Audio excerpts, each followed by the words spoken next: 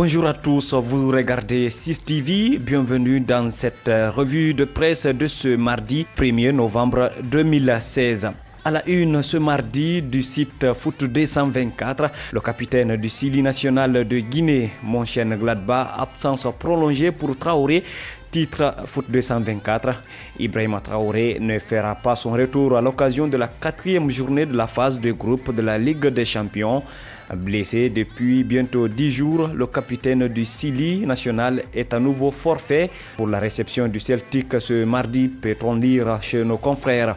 Touché aux adducteurs, le Guinéen n'est plus apparu depuis le 19 octobre dernier lors du déplacement au Celtic Park. Entre-temps, il a raté les matchs contre le Bayern Munich, Stuttgart et Francfort. Et ce n'est pas en ce milieu de semaine qu'il signera son retour. Il est en effet absent du groupe qui accueillera les Écossais ce mardi en Ligue des Champions, poursuit le quotidien guinéen en ligne. En Europe, Atlético et le Barça à la qualification express en Ligue des Champions. Opération Triomphe, titre le quotidien Marca. Les Blaugrana jouent leur match retour de la 4e journée des phases de poule de la Ligue des Champions ce mardi. C'est à l'Etihad Stadium contre Manchester City.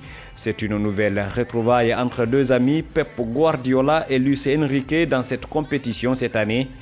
Après la lourde défaite subie par les Anglais au Camp Nou, Guardiola se doit de relever la tête ce soir à domicile. Pep va entrer dans un gâchis s'il ne marque pas contre Barça, peut-on lire à la une du journal pro-madrilène, qui mentionne également la rencontre de l'Atlético Madrid contre la formation de Rostov. Mundo Deportivo, proche du Barça, met à sa une les images de deux Argentins, Messi pour le Barça et Agüero pour Manchester City. Son titre est le Grand Duello ou encore le Grand Duel. Pendant ce temps, le journal Sport, également favorable au club catalan, préfère aller plus loin.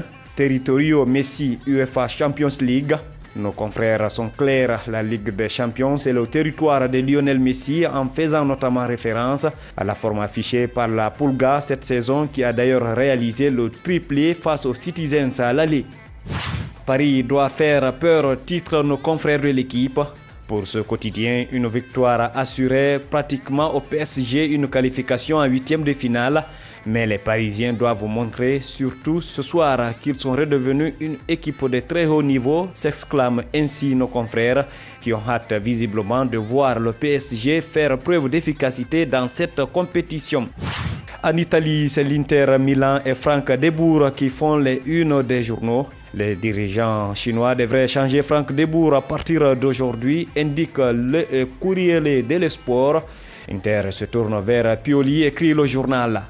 Alors que le départ de Franck De Boer semble acté après une nouvelle défaite sur le terrain de la Sampdoria 1-0 dimanche, la piste Pioli est privilégiée plutôt que celle menant à Laurent Blanc ou à Leonardo, pourtant souvent cité ces derniers jours. Pioli, dans le train de l'Inter, titre ainsi la Gazzetta dello Sport. Pour le journal, ce mardi, l'entraînement des Nerazzurri sera normalement dirigé par l'entraîneur de l'équipe des jeunes, Stefano Virci, dont la présence sur le banc est également envisagée à l'occasion du déplacement de l'Inter à Southampton jeudi en Europa League. Pour finir cette revue de presse ce mardi en Angleterre, les journaux consacrent leur une à Gareth Bale. Le Gallois, arrivé en 2013 au Real Madrid, vient de prolonger son bail avec le club madrilène jusqu'en 2022. Bale's really happy ou encore Gareth Bale très heureux, titre ce matin Metro Sport. L'attaquant gallois de 27 ans est auteur de 50 buts et 34 passes décisives en 90 matchs de Liga depuis son arrivée en 2013.